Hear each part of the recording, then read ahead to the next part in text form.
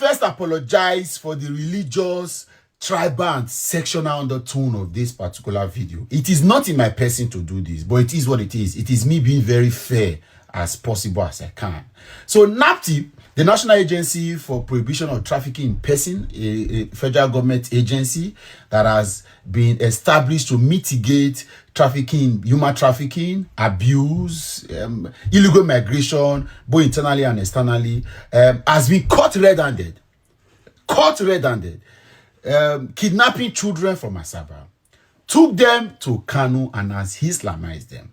So, Miss Natural Mama P had reported about 6-7 days ago of a story that has been developing from Asaba, where some children were said to have been taken off from an orphanage home and taken to nowhere that they can actually report to. But of course, with pressures and social media hype or buzz created, NAPTIP finally owned up to being the agency that has gone to Asaba to take these children, literally take them, like kidnap them, and took them to Kano Islamized them. So after much push from all of the voices that have been trying to raise concerns about it, NAPTIP now took 24 hours later. Now, the problem is, for you to know how demonic this was, you went to have that kind of operation, sting operation, whatever operations you had gone to do in Asaba. You said on intelligence gathering and all of that. Then you picked children, 8 children, from an orphanage home. I'll tell you why this is very peculiar. And then you took them to Kano. And there are now pictures online of these children wearing hijab and having to be taken into another religion, away from what they have been used to. Now, why was this particular story peculiar? Of course, before now, the idea we had about orphanage are places or homes for fatherless or motherless children, people that are orphans, as it were.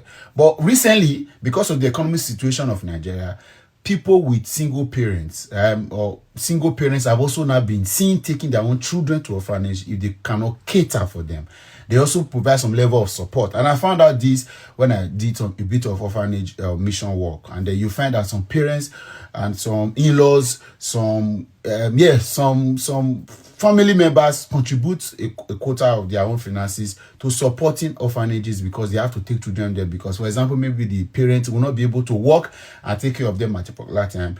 They send them there. So this particular time, 8 children, 3 of which was from a particular mother, and I'll read their names: Madu Abuchuku Elijah, Madu Abuchuku Chinyemeri, Madu Abuchuku Unzube Chuku, Chimamada Azuke Umpa, Chibuike Azuka, Munachi Ogugwa, Chidalu Samuel Emel, and Chikamso, all of them from an Asaba orphanage were taken. But let me tell you where this is really shocking.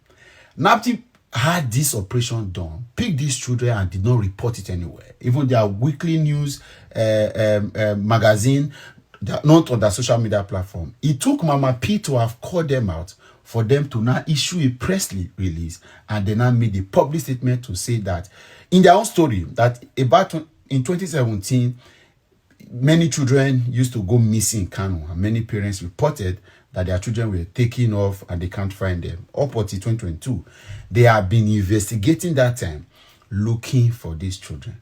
Now, they now had intelligence report that some of these children are in Delta and Anambra State. So, in particular, orphanage that they came to in Asaba in Delta State, they saw children, they picked them and they took them. So, where are the children and who are the children? So, unfortunately, they picked the children that has parents. Some of them, as you can see on this list, have parents with 3 of them of a single mother. And then I've seen video. If you go to Mama P's page, you will see she's done interviews and spoken with these people, including a contact there. And it is very painful to see an agency that is supposed to be responsible to mitigate as much as possible human trafficking now being caught. Because if it wasn't an illegal operation, why would you have rescue of that sort not be a national news for you to blow?